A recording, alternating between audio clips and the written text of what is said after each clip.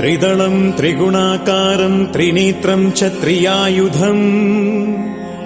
त्रिजन्म पापसंहारम् एकबिल्वम् शिवार्पणम् त्रिशाखै बिल्वपत्रैश्च अच्छिद्रैः कोमलैः शुभैः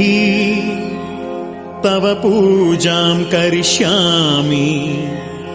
एकबिल्वम् शिवार्पणम् कोटिकन्या महादानम् तिलपर्वतकोटयः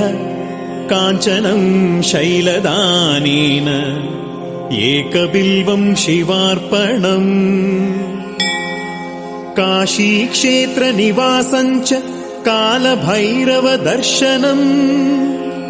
प्रयागे माधवम् दृष्ट्वा एकबिल्वम् शिवार्पणम्।